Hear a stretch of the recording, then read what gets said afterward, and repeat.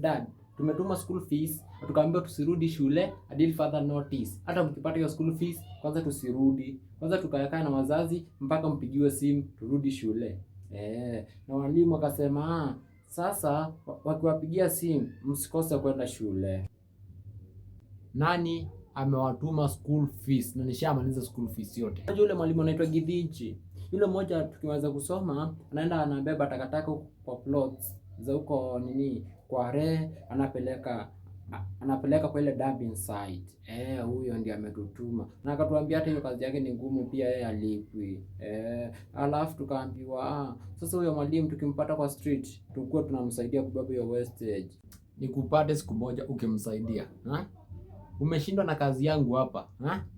Kazi ya kuchota maji hapa kwa plot umeshindwa kabisa. Kuosha vyombo umeshindwa. Nikupate siku moja hapo ukimsaidia.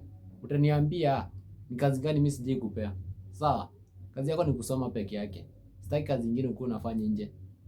Umeteremsha mikono juu nikiinua nitakupiga kofi. Leo ulali hapa. Nitakuwa kabisa.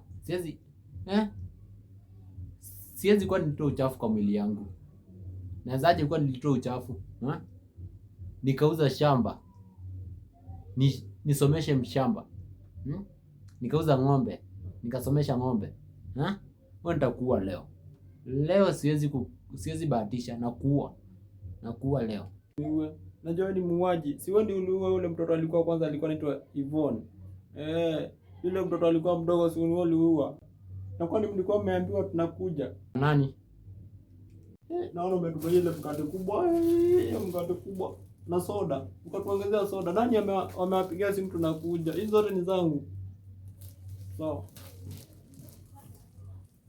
Zote ni zangu hizi. Acha nikule. Hizo vitu zote ni za yule mtoto mdogo. Anakula hiyo mkate yote na hiyo soda. Kuna kitu yako hapo. Hata sikuwa nimekuhesabu. Kama hizo siku tatu hapa bila kukula. Huko kwa budget ndogo. Na mimi nitakula nini? Sawa. Acha nirudishe hapo, weka hapo zote. Acha nirudishe, lakini mkate tutakula. Hapo weka hapo.